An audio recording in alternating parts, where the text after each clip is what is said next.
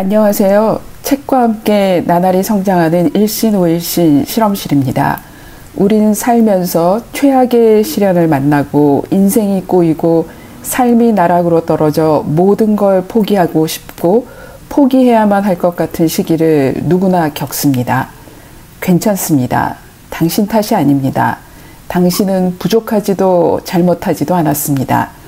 지치고 힘든 당신을 위로하고 일으켜 세워 다음 한 걸음을 내딛게 할 지혜를 함께 나누고자 합니다. 드라마의 배경음악으로 자주 사용되어 여러분도 잘 알고 있는 차이콥스키의 피아노 협주곡 1번 제1악장은 알레그로 non troppo e molto maestoso allegro con spirito로 연주하라고 되어 있습니다. 빠르지만 너무 빠르지는 않게, 그러나 매우 웅장하면서 활기차고 생생하게 라는 뜻입니다. 빠르지만 너무 빠르지는 않게 라는 표현 때문에 지휘자마다 연주 시간이 제각각으로 다릅니다. 차이콥스키는 어린 시절 부모의 사랑을 받지 못하고 성장하여 심하게 내성적인 성격으로 자신의 속마음을 누구에게도 직접적으로 솔직하게 표현하는 방법을 배우지 못했기 때문에 그의 음악에는 이렇게 모호한 간접 화법의 연주법이 사용되었습니다. 사려 깊은 가정교사는 어린 차이콥스키에게 하고 싶은 말이나 감정을 언어 대신 음악으로 표현해보라는 따뜻한 조언과 격려 덕분에 피아노와 음악으로 자신의 마음과 생각을 표현하는 방법을 배우고 익히며 음악인이 되고 싶다는 꿈을 갖게 됐습니다. 대단히 순종적이었던 그는 부모님의 뜻에 따라 대학에서 법률학을 공부하고 법률가로서의 삶을 살기 시작했으나 법률가로서의 삶은 그리 오래가지 않았습니다. 음악을 향한 열정을 포기할 수 없었기 때문입니다. 가족들에게 음악가가 되고자 하는 오랜 꿈을 고백했을 때 가족들은 음악은 충분히 취미로도 할 수 있는데 왜 이렇게 사람이 이성적이지 못하니? 넌 정말 쓸모도 없고 이해할 수도 없구나 라며 모진 말로 상처를 주었습니다. 누구보다도 자신의 꿈을 응원하겠다고 스스로 다짐을 했기에 가족, 친척의 반대를 무릅쓰고 음악가가 되기로 결심했습니다. 그러나 주변에 그 누구도 그의 꿈을 지지하고 믿어준 사람이 없었기에 음악가의 길은 순탄치 않았습니다. 그는 음악사에 몇 안 되는 아주 전형적인 대기만성형 작곡가로 남들보다 훨씬 더 오랜 힘든 시간을 보내야만 했습니다.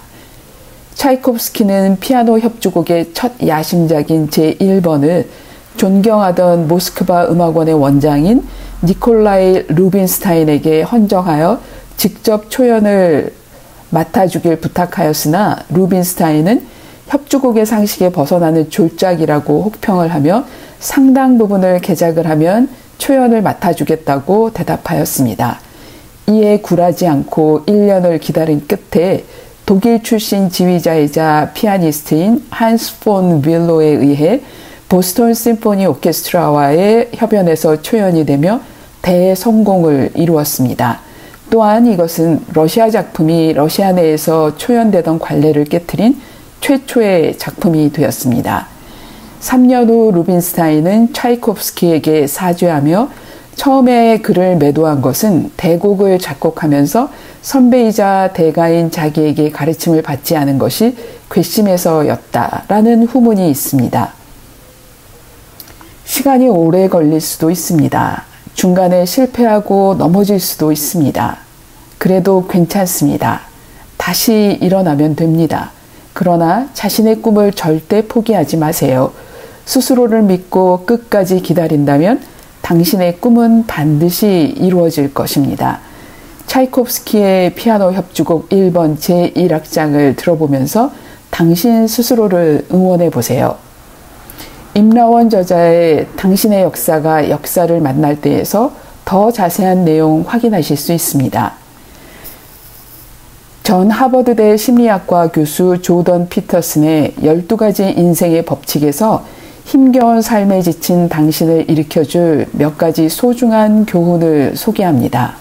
바닷가재는 특유의 향긋한 맛만큼이나 연구해 볼 만한 가치가 있는 흥미로운 갑각류 동물입니다. 신경구조가 단순하고 뇌내 신경세포인 뉴런이 커서 신경계를 쉽게 관찰할 수 있어서 과학자들은 바닷가재의 신경회로를 정확히 그려낼 수 있었습니다. 그 결과 바닷가재는 생각보다 인간과 공통점이 많다는 것을 밝혀냈습니다. 바닷가재는 바다 깊은 곳에 서식하며 자기 영역 안에서 먹잇감을 사냥하고 안전하게 지낼 수 있는 곳, 수렵과 채집을 편하게 할 수 있는 안락한 보금자리를 필요로 합니다. 모든 동물들이 그렇듯이 바닷가재들은 얼마 안 되는 안전한 보금자리를 두고 다툽니다. 뇌화학, 즉 신경화학적 관점에서 보면 승리한 바닷가재와 패배한 바닷가재는 크게 다릅니다. 신경세포의 교감을 조절하는 두 화학물질인 세로토닌과 옥토파민의 비율이 달라지기 때문입니다.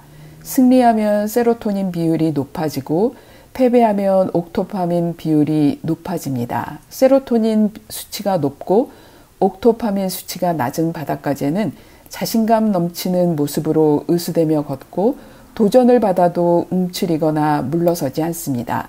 반면에 패배한 바닷가재는 더 싸우려 들지 않고 싸우는 동안 보여준 패기 넘치는 공격성은 사라지고 자신감을 잃어버립니다.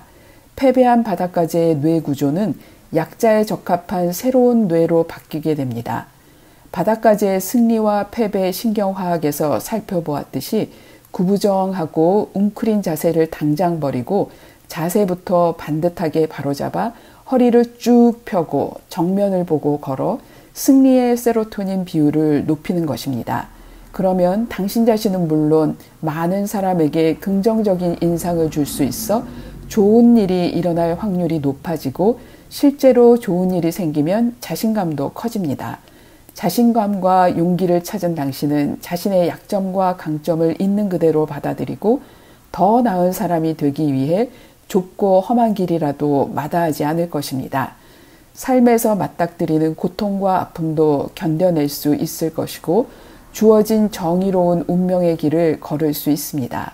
이제 당신은 삶에서 피할 수 없는 무거운 짐을 기꺼이 짊어지면서도 그 속에서 기쁨을 찾을 수 있을 것입니다. 3억 5천만 년 동안 이어져 온 삶의 지혜를 알고 있는 바닷가재, 승리한 바닷가재를 기억하고 어깨를 펴고 똑바로 서십시오. 우리 내면에는 우리를 잘 아는 비평가가 살고 있어 큰 목소리로 우리의 소소한 노력을 무자비하게 깎아내립니다. 매사에 부정적인 내면의 목소리는 더 나은 삶을 위한 따뜻한 동료가 아닙니다. 우리는 하루 동안 500번의 사소한 결정을 하고 그걸 행동으로 옮깁니다.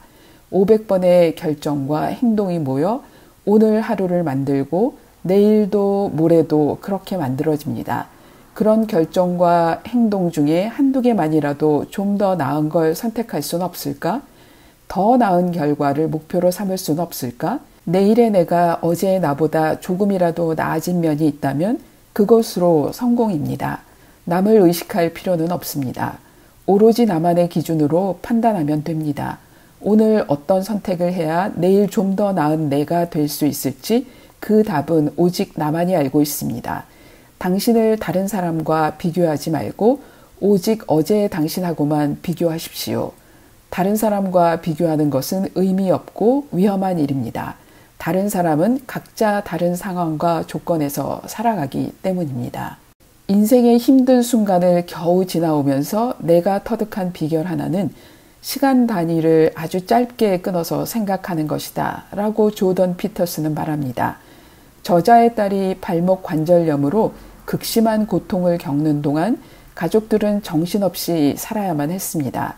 인생에 큰 불행이 찾아온다고 해서 일상에서 할 일이 사라지는 것이 아니고 하던 일, 해야 할 일은 해야만 했기 때문에 평상시와 다름없는 삶을 살았습니다. 매일 정해진 시간에만 그 문제에 관해 상의했고 힘과 에너지를 아꼈습니다. 시간 단위를 짧게 끊어서 생각했습니다. 지금 눈앞에 놓인 문제를 마주할 용기만 낸다면 생각보다 더 많은 것을 견딜 수 있습니다. 아무리 안 좋은 날이라도 주의를 기울이면 기쁨의 순간을 발견할 수 있고 찾아보면 기분 좋은 행운은 얼마든지 있습니다. 그러면 고단한 삶을 잠시 잊고 긴장을 풀 수 있습니다. 삶이 나락으로 떨어졌을 때 나를 일으키는 방법을 정리해보면 첫째, 차이콥스키의 피아노 협주곡 1번 제1악장을 들으면서 당신을 위로하고 응원하며 이렇게 다짐합니다. 시간이 오래 걸릴 수도 있어. 중간에 실패하고 넘어질 수도 있어. 그래도 괜찮아. 다시 일어나면 돼. 그러니 꿈을 절대 포기하지 마. 나 스스로를 믿고 끝까지 기다린다면 꿈은 반드시 이루어질 테니. 둘째, 3억 5천만 년을 이어온 바닷가재의 지혜를 배워 어깨를 펴고 똑바로 서는 것입니다.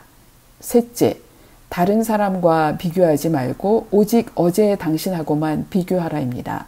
우리가 하루에 하는 500번의 결정과 행동 중에서 한두 개만이라도 좀 더 나은 선택을 하여 당신의 내일이 오늘보다 나아지는 것을 목표로 하는 것입니다. 넷째, 시간 단위를 짧게 끊어서 생각하기입니다.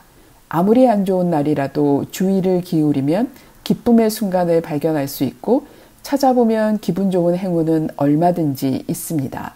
그러면 고단한 삶을 잠시 잊고 긴장을 풀 수 있습니다. 살면서 돌부리에 걸려 넘어질 수 있습니다. 괜찮습니다. 다시 일어나면 되니까요. 영상에서 함께 나눈 작은 지혜가 조금이나마 여러분에게 도움이 되었기를 진심으로 바랍니다. 영상 시청해 주셔서 감사합니다. 다음 영상에서 뵙겠습니다.